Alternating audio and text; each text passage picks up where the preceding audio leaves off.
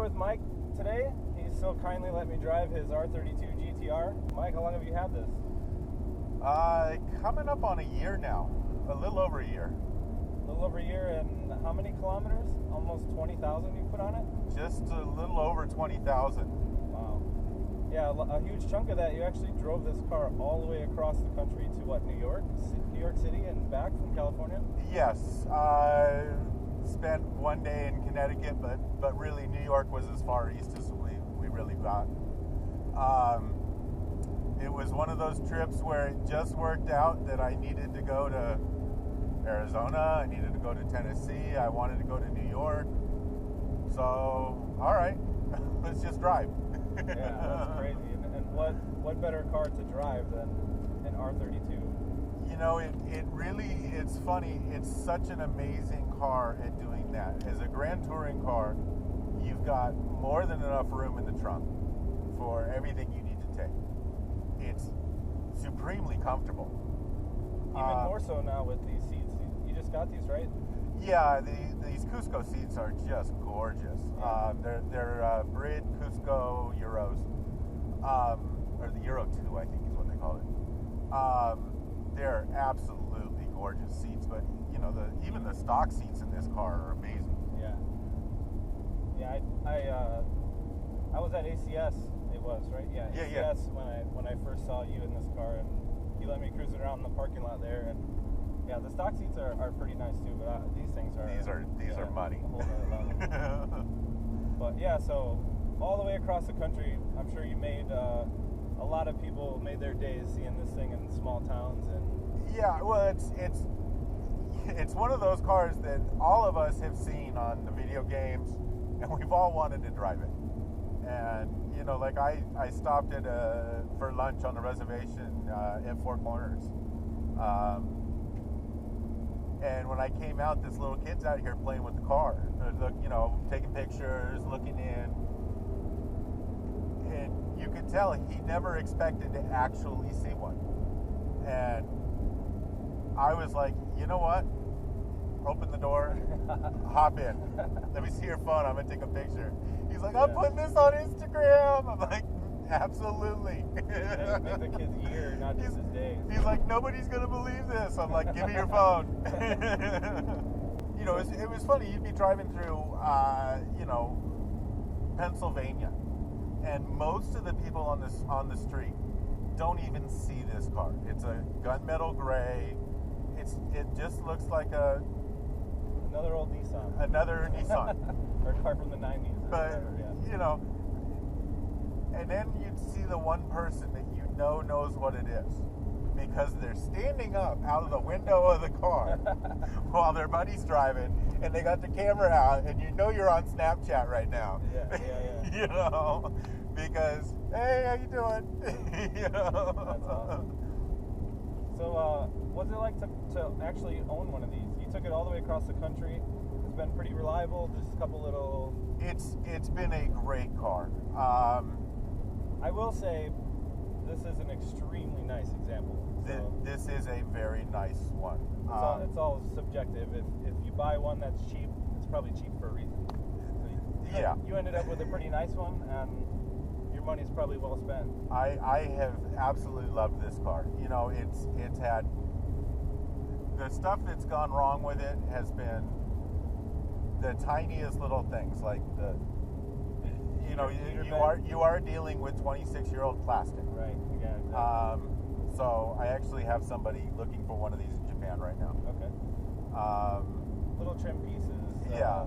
You know, but no big ticket items. Just it's all been little stuff. The one user error where the valet decided to smoke my clutch. But you know, what are you gonna do? Yeah. The valet's got to pay for that, and that's fine with me. Not your fault. Not the car's fault. Not the car's fault. So yeah. The car has been just amazing. I've loved every minute of it. Taken it to a couple track days too. Went to ours at Laguna Seca. Ours day at Laguna Seca was absolutely epic. I mean, how many GTRs were there? I'm going to say 25. 25, wow. It was a full run group. Everything, R32s, 3s, 4s, 5s? There was one Hako.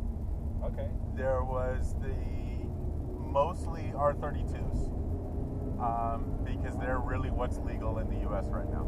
I'm going to say 3 R33s, 2 of them Motor X cars, and then another random one. Another random one, and then there was 1 R34. He drove down from Alberta. Okay. Yeah, those are legal in Canada. In Canada, they're legal. Yeah. And he wanted to drive Laguna Seca, and this was what good better, a shot as any. Yeah, what better time? And we show up, and the morning of the track day, it just starts pouring rain. And we're like, you know what? If I've got to be on Laguna Seca in the rain, why not be in the ultimate all-wheel drive? Let's do it. Yeah, your dream car. Let's do it. With everybody else living the same dream, right? So, exactly. Yeah, that's cool. That's awesome. It was amazing. This car, what power mods do you have? The only thing that has been done to it is the boost restrictor was cut out. Okay, so pretty much completely stock. It's a stock car. Just a little bit of a boost upgrade via the restrictor removed. So that's a pretty good mod. Free. Yeah. And Yeah. They even put a line on there so you can know where to cut. It's pretty funny. That's funny. Coilovers? It has a set of Cusco coilovers on it. Ride pretty nice. We've been stuck in a little bit of traffic here. We haven't been able to go too hard, but they do ride really nice, and still seem like stiff enough for the occasional track use for sure. And you have Volk wheels? Yeah, a set of 18 by 9.5 Volk ZE40s. Awesome. With Federal tires? Yeah, 265 35 okay. 18s. The Federal 595 RS RR. Good street tire, occasional track use. It'll handle a track day. Yeah. It doesn't like it, but it'll do it. It's an amazing canyon tire. The personal steering wheel, nice touch. I really like that. Any other mods that I'm missing? I do have ready to be installed the SPL Hikes Delete because I don't like Hikes. Okay. Yeah, it's kind of one of those things. Some people like it, most people don't. A lot of people just eliminate it. Yeah. You don't really see four-wheel steer in any race car, so no, not something that is a necessity. But and the all-wheel drive system, I think, the all-wheel drive system I like takes care of it more so than all-wheel steering. Exactly.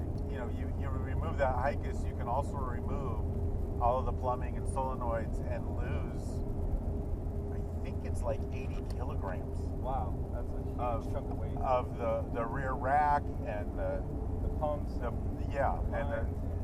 It's just nuts. And so I looked at it and I'm like, yeah, I don't need the four-wheel steer anyways. I don't like it.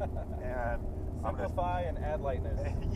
Perfect for, somebody came up with that idea. I think his name was Colin Chapman, and he was pretty right on. That's exactly where it came from. And as somebody who drives performance cars, race cars, anything you can do to make it less points of failure and lighter, let's do it. Yeah. So that's going in, and then I believe that when the previous owner had the car, I believe he put in adjustable upper links, front and rear. Okay.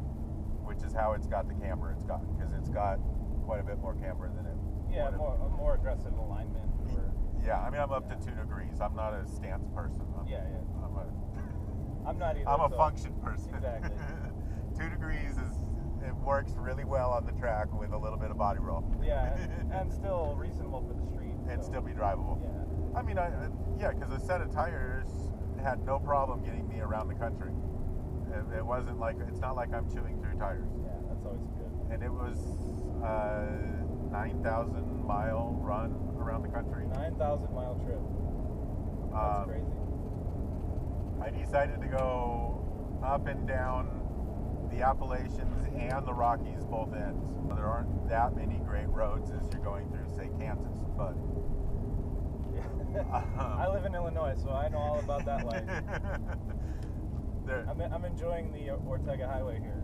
Stock, these are rated at 276. That is the number that they gave. With the boost upgrade? Probably so, 330 or something like that? That's what I have heard is about right. Enough. Definitely enough. Yeah, I mean, it will get out of its way. Yeah, it's really responsive. It has the individual throttle bodies from the factory. Good wide power band. A lot of torque. Doesn't lag too much. The lag is not bad. It's funny.